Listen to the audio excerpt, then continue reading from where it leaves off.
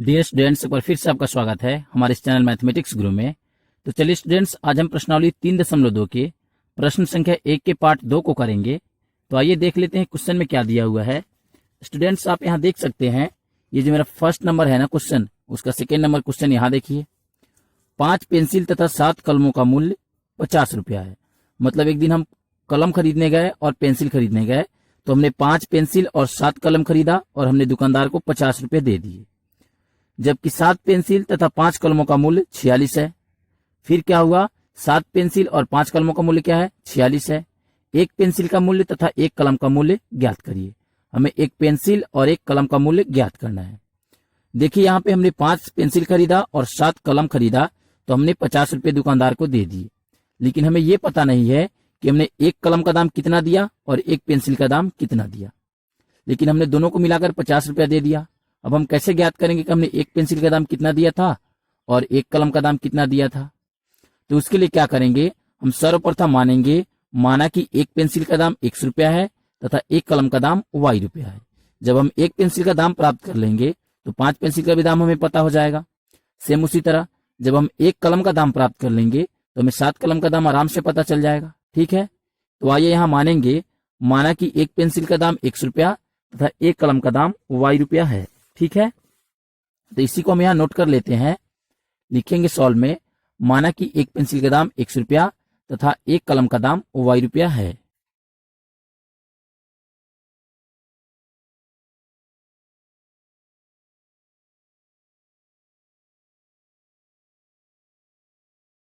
तो देखिए हमने मान लिया है। अब हम लिखेंगे इसलिए प्रश्न से।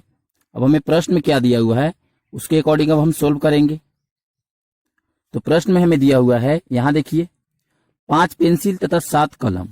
तो हमने एक पेंसिल का दाम X माना था, तो 5 पेंसिल का दाम क्या हो जाएगा 5X और प्लस 7 कलम का दाम क्या हो जाएगा 7Y। चूंकि हमने एक कलम का दाम क्या माना है Y, तो 7 कलम का दाम हो जाएगा 7Y इज इक्वल टू, यहां देखिए हमने पूरा कितना रुपया दिया था 50, तो हम इज इक्वल टू लिख देंगे 50। ये मेरा इक्वेशन फर्स्ट हो गया। फिर उसी तरह लिखेंगे पुनः, यहां देखिए 7 पेंसिल और 5 कलम। ठीक है, तो एक पेंसिल का दाम क्या है X है, तो 7 पेंसिल का 7X और एक कलम का दाम क्या है Y है, तो 5 कलम का दाम 5Y हो जाएगा। इज इक्वल टू हमने कितना रुपया दिया था, कुल मूल्य हमने 46 रुपया उसको प्रदान किया था। ठीक है, तो हम यहाँ लिख देंगे 46। ये मेरा इक्वेशन सेकेंड हो गया। इसको क्या करना है, हमें एक पेंसिल और एक कलम का दाम ज्ञात करना है। वो भी देखिए किस विधि का प्रयोग करके, यहाँ लिखा हुआ है निम्न समस्याओं में रैखिक समीकरण के युग्म बनाइए। मतलब देखिए हमने रैखिक समीकरण के युग्म बना दिए हैं। ये मेरा दोनों रैखिक समीकरण है और युग्म का मतलब होता है जोड़ा, तो हमने 2 जोड़ा बना लिया है। और उनके ग्राफीय विधि से हल कीजिए। और हमें इसको क्या करना है, ग्राफीय विधि से हल करना है। तो आइए इस बुक को पहले हम साइड में रख लेते हैं। अब हम इसको क्या करेंगे, ग्राफीय विधि से हल करेंगे। ग्राफीय विधि से कैसे हल करेंगे, यहाँ देखिए ग्राफीय विधि से हल करने के लिए हम क्या करते हैं, ये जो मेरा फर्स्ट वाला इक्वेशन है ना, सर्वप्रथम हम इसको लेते हैं। तो यहाँ लिखेंगे समीकरण 1 से। ग्राफ के लिए हम क्या करते हैं, फर्स्ट वाले इक्वेशन को पहले ले लेते हैं। तो आइए हम समीकरण 1 को यहाँ नोट कर लेते हैं। समीकरण 1 क्या है, यहाँ देखिए ये मेरा है 5x plus 7y is equal to 50। अब क्या करना है, जब भी हम ग्राफ बनाते हैं ना, तो किसी एक समीकरण को हमको इस साइड में भेजना होता है। कोई भी इसमें का एक को भेज लीजिए, आप इस y को भेज लीजिए या फिर इस x को भेज लीजिए। तो चलिए हम किसी एक को उधर भेज लेते हैं। ये मेरा 5x हो जाएगा और ये मेरा 50। यहाँ देखिए ये प्लस में है, इस साइड में आएगा तो ये मेरा माइनस में y हो जाएगा 7y। और यहाँ देखिए ये x में जो गुणा में है ना 5, इसको हमें इस साइड में भेजना है। क्योंकि एक को हमें हमेशा अकेला में रखना है, एक हमेशा अकेले रहता है। तो यहाँ पे ये गुणा में है, इस साइड में आएगा तो ये मेरा बटे के रूप में हो जाएगा। आप यहाँ देख सकते हैं हमने इसको बटे के रूप में भेज लिया है। अब क्या करेंगे, यहाँ एक बॉक्स को तैयार कर लेंगे और इसके मान को हम पुट कर लेंगे। हमें कम से कम क्या करना है, 3 खाना इसके अंदर बना लेना है। तो देखिए हमने 3 खाने इसमें बना लिए हैं, यहाँ x और यहाँ y। अभी हम यहाँ मान पुट कर लेंगे। ठीक है, सर्वप्रथम हम यहाँ y का मान पुट करेंगे, तभी जाकर हमें ये प्राप्त होगा। तो आइए हम y का मान यहाँ पे 5 रख लेते हैं। तो जब हम y का मान 5 रखेंगे ना, तो ये देखिए ये हो जाएगा 50 और -7, और y का मान हमें क्या रखना है 5 रखना है, और यहाँ कुछ नहीं तो गुणा है, और y 5। तो 50 - 7 × 35 और y 5। तो ये क्या हो जाएगा 15 और बाई 5, इसको कटाएंगे तो क्या प्राप्त होगा 3 प्राप्त हो जाएगा। मतलब हमें x का मान क्या प्राप्त हो गया 3 प्राप्त हो गया। सेम उसी तरह अब क्या करेंगे, हम चाहे तो यहाँ पे 0 भी रख सकते हैं, लेकिन जब हम 0 रखेंगे ना तो ये मेरा 10 आ जाएगा। तो आइए हम 0 रख लेते हैं y का मान हम 0 रख लेंगे तो 7 में 0 से गुणा होगा 0 और 50 में से 0 घटाएंगे तो क्या हो जाएगा 50 हो जाएगा। यहाँ देखिए 50 माइनस 7 और y का मान हमें 0 रखना है, 0 रख लिए और बाई 5। ये मेरा 50 माइनस 7 में 1 से गुणा करेंगे 0 से तो ये मेरा 0 हो जाएगा और बाई 5। यहाँ देखिए 50 में से 0 घटेगा तो क्या हो जाएगा 50 हो जाएगा और इसमें हमें 5 से भाग देना है। कितना से कट गया 10 से कट गया। तो यहाँ पे मेरा क्या प्राप्त हो गया 10 प्राप्त हो गया।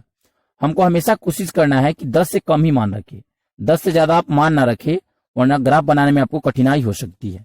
तो ये मेरा इक्वेशन फर्स्ट हो गया। अब हम इसी तरह लिखेंगे समीकरण 2 से। समीकरण 2 मेरा क्या है उसको देख लेते हैं। यहाँ देखिए ये था मेरा समीकरण 2, यहाँ इसको हम यहाँ पे नोट कर लेंगे, ठीक है। 7x प्लस 5y यहाँ लिख लेते हैं, 7x plus 5y is equal to 46। अब इसको भी उसी तरह सॉल्व कर लेंगे। क्या करेंगे, सर्वप्रथम इसमें से किसी एक को हम भेज लेंगे, या तो आप x को भेजिए या फिर y को भेजिए। तो चलिए हम y वाले को भेज लेते हैं। इधर यहाँ पे प्लस में है तो इस साइड में ये मेरा माइनस में हो जाएगा। फिर यहाँ देखिए ये 46 माइनस 5y हो गया और बटा में ये आ जाएगा, चूंकि यहाँ पे कुछ नहीं तो गुणा में है तो इधर ये मेरा बटा में आ जाएगा, मतलब भागा के रूप में 7 इधर मेरा आ जाएगा। तो आप यहाँ देख सकते हैं ये x अकेला हो गया। तो अब हम क्या करेंगे, x बॉक्स तैयार कर लेंगे एक, ठीक है। तो हमने एक यहाँ बॉक्स तैयार कर लिया है। इसमें कम से कम हमें 3 ही खाना रखना है, ठीक है। ज्यादा से ज्यादा आप कितना भी रख सकते हैं, लेकिन कम से कम हमें 3 बॉक्स बनाने हैं। और यहाँ x और वहां y लिख देना है दोनों तरफ। क्या करेंगे, यहाँ पे मान पुट कर लेंगे। सर्वप्रथम क्या करेंगे, हम y का मान 5 रख लेते हैं। यहाँ देखिए y का मान 5 रख के देखते हैं, 46 माइनस 5 और गुणा यहाँ पे 5 रखेंगे और बाई 7। तो क्या हो जाएगा 46 माइनस 50 25 और बाई 7। ये घटेगा तो 21 और बटा 7 से हम भाग दे देंगे तो ये मेरा 3 प्राप्त हो जाएगा। क्या प्राप्त होगा 3, जो कि मेरा x का मान है। x का मान हमने क्या प्राप्त कर लिया 3 प्राप्त कर लिया। अब सेम उसी तरह यहाँ भी कोई मान रखेंगे। अगर आप यहाँ 1 रखेंगे ना तो ये घटेगा तो 7 के टेबल में आएगा ही नहीं, इसलिए हमने ना 1 रखा और ना ही 2, ना ही 3 और ना ही 4 रखा है। क्योंकि जब हम इन सभी संख्याओं को रखेंगे ना तो ये मेरा 7 से नहीं कटेगा। अब हम क्या करेंगे, हमें 10 से ऊपर जाना ही नहीं है तो हम यहाँ माइनस में हम मान ले लेंगे। सपोज कीजिए हम माइनस में यहाँ 2 रख लेते हैं तो क्या हो जाएगा 46 माइनस 5 और गुणा यहाँ क्या रखना है माइनस में 2 और बटा में 7। क्या हो जाएगा 46 माइनस और माइनस क्या हो जाएगा प्लस 10 और बटा 7। इसको जोड़ लेते हैं 56 हो जाएगा और बटा 7, इसको कटा देंगे तो क्या आएगा 8 आ जाएगा। मतलब हमें x का मान 8 प्राप्त हो चुका है, ठीक है। आप यहाँ देख सकते हैं हमें क्या प्राप्त हो गया 8 प्राप्त हो गया x का मान। अब हमें क्या करना है, इसको ग्राफ में दर्शा लेना है। तो आइए इसके लिए हम क्या करेंगे, एक ग्राफ लेंगे। तो यहाँ देखिए हमने एक ग्राफ को ले लिया है। अब इस पे आइए हम ग्राफ को बना लेते हैं, उसके बाद डायरेक्टली हम इसे सॉल्व कर लेंगे। तो चलिए हम ग्राफ को पहले तैयार कर लेते हैं और डायरेक्टली इसके मान को हम रख लेंगे। तो आप यहाँ देख सकते हैं मैंने 1-1 सेंटीमीटर के हिसाब से, यहाँ देखिए हमने 1-1 सेंटीमीटर के हिसाब से इस ग्राफ को ले लिया है। आपको क्या करना है 1-1 सेंटीमीटर रख के बना लेना है। यहाँ देखिए 15 के बाद 14, 13, 12, 11 ऐसे करके। और ऐसे अगर आपको समझ नहीं आए तो यहाँ देखिए ये जो मेरा लाइनिंग है ना, ये गहरा जो लाइनिंग है इस पे हमें क्या करना है 1-2 कर लेना है, ठीक है। अब आइए इसके मान को हम पुट करेंगे। इसका मान देखते हैं क्या है। यहाँ देखिए x की तरफ हमें 3 चलना है और y की तरफ हमें 5 चलना है। तो ये वाला क्या है, ये वाला मेरा x अक्ष है। देखिए ये वाला मेरा x अक्ष है प्लस वाला, तो प्लस में हम यहाँ पे 3 आ गए और y की ओर हमें 5 चलना है। तो इसके सामने हम y की ओर 5 चलेंगे। इसके सामने y की ओर 5 कहाँ है, यहाँ पे है मेरा y 5, तो हम यहाँ पे लगा लेंगे एक निशानी, ठीक है। सेम उसी तरह यहाँ देखिए x की ओर 10 चलना है और y की ओर हमें 0 चलना है। तो आइए x की ओर 10 चलते हैं। ये वाला मेरा x अक्ष है, इसकी तरफ हम प्लस में 10 आ गए और y की ओर 0 जाना है। 0 देखिए यहाँ पे जाना है, तो 0 का मतलब हमें कहीं भी नहीं जाना है, यहाँ पे कहीं 0 है ही नहीं, तो हम यहीं पे आके रुक जाएंगे। अब क्या करेंगे, इन दोनों को पहले हम मिला लेते हैं। ये जो मेरा दोनों बिंदु है, इन दोनों बिंदुओं को हम पहले मिला लेते हैं। इस दोनों बिंदु को हम लाइनिंग कर लेंगे। ये रहा मेरा दोनों बिंदु, हमने इसको मिला लिया और यहाँ पे तीर मार देंगे और यहाँ पे तीर मार देंगे। ये कहीं भी जा सकता है, अनंत तक जाता है, इसलिए हम इसको यहीं तक करके छोड़ दिए हैं।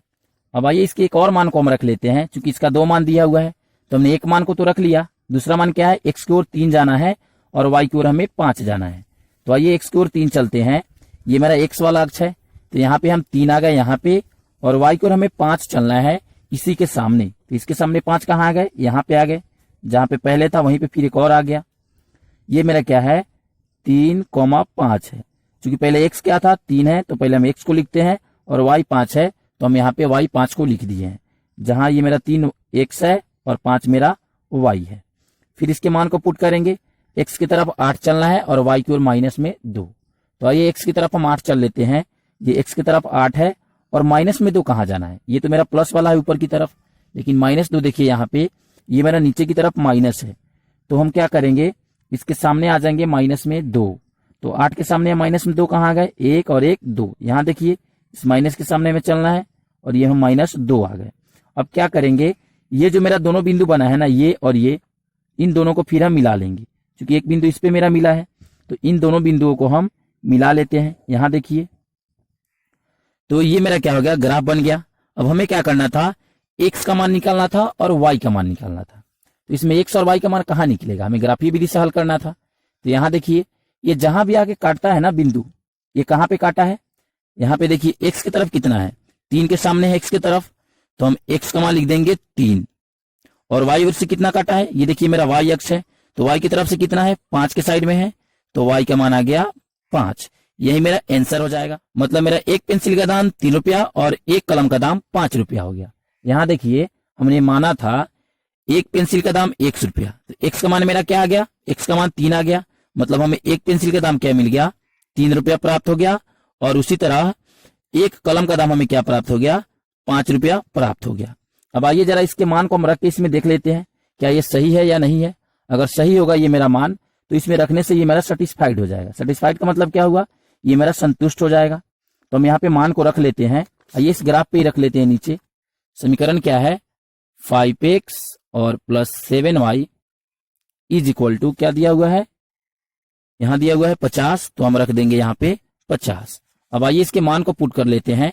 मेरा x का मान क्या आया था, 3 आया था, तो हम यहाँ पे x का मान 3 रख लेते हैं, और प्लस है तो प्लस 7, और y का मान हमें क्या रखना है, 5। चूंकि y का मान मेरा 5 आया है तो हम यहाँ पे 5 रख लेंगे। अगर मेरा मान सही आया होगा ना, तो ये मेरा दोनों तरफ बराबर आ जाएगा। तो ये मेरा 5 दिया 15 और 7 पंजा 35 इज इक्वल टू क्या हो जाएगा, 50 हो जाएगा। यहाँ देखिए इसको जोड़ेंगे तो 50 और इज इक्वल टू 50, दोनों साइड में बराबर आ गया।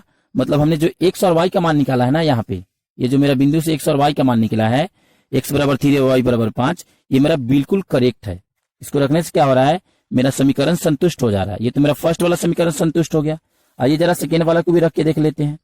सेकेंड वाला क्या था, सेकेंड वाला यहाँ देखिए 7x plus 5y is equal to 46 था।